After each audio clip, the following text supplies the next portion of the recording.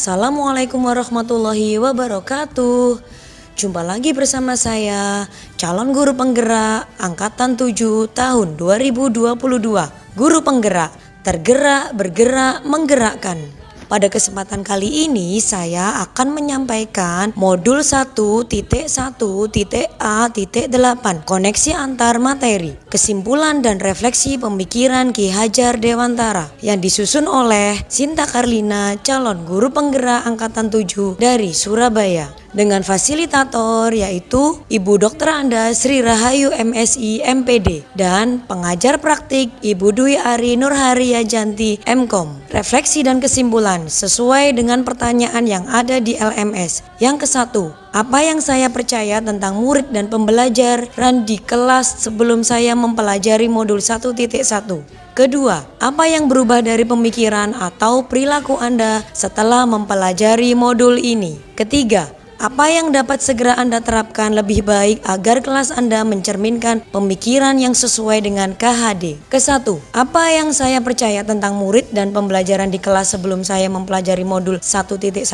Pada proses pembelajaran yang saya berikan hanya sebatas transfer ilmu. Peran saya sebagai guru lebih dominan dibandingkan murid atau dinamakan dengan teacher-centered learning, yang artinya saya menuntut murid harus menguasai semua materi ajar yang saya berikan. Dahulu saya meminta siswa untuk menghafalkan rumus matematika, menghafalkan sejarah kemerdekaan Indonesia, sehingga ketika diadakan evaluasi mereka lupa cara penyelesaiannya. Padahal seharusnya siswa yang menemukan rumus, bukan hafalan rumus seperti yang saya berikan. Begitu juga dengan menghafal sejarah kemerdekaan Indonesia, siswa sebaiknya menemukan artikel lewat bacaan, video maupun sumber belajar lainnya. Sebelum mempelajari modul 1.1, saya sering mengeluh dengan siswa yang nilainya rendah. Saya sering mengatakan siswa saya pemalas karena soal-soal evaluasi yang saya berikan menurut saya mudah, tidak bisa mereka kerjakan dan mereka mendapatkan nilai yang kurang memuaskan.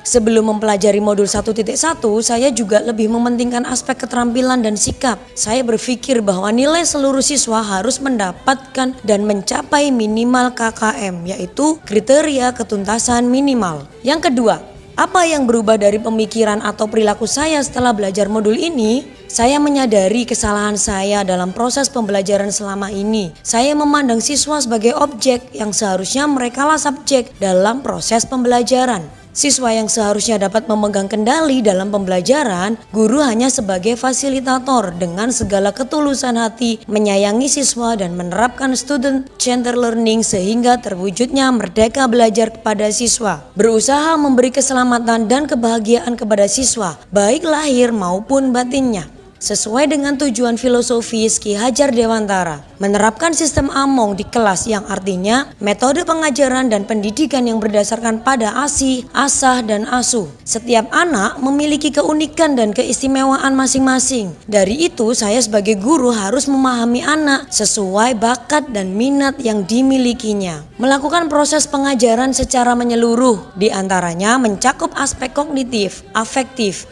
psikomotor, spiritual, dan sosial maupun budaya. Tetapi saya belum optimal menerapkan semua aspek ini karena keberagaman karakter, kepribadian, kemampuan intelijensi yang dimiliki oleh setiap siswa. Apa yang berubah dari pemikiran atau perilaku saya setelah mempelajari modul ini? Yang ke-1, membuat kesepakatan kelas bersama siswa agar mereka bertanggung jawab dan berkomitmen melaksanakan tata tertib kelas yang mereka tentukan. Kedua, menerapkan pembelajaran student-centered learning di mana siswa bebas menentukan cara belajarnya sendiri dengan tetap beracuan pada kurikulum yang berlaku. Pertanyaan yang ketiga, apa yang bisa segera saya terapkan lebih baik agar kelas saya mencerminkan pemikiran yang sesuai dengan KHD? Saya akan menerapkan sistem pembelajaran abad 21, yaitu sesuai dengan pemikiran Bapak Ki Hajar Dewantara, yaitu critical thinking, creativity, communication, dan kolaborasi yang terkenal dengan 4C. Dengan memerdekakan anak, mereka dapat berpikir kritis. Dengan berkolaborasi atau berdiskusi, anak dapat mengungkapkan pendapatnya dan menghargai pendapat orang lain. Dan pada akhirnya,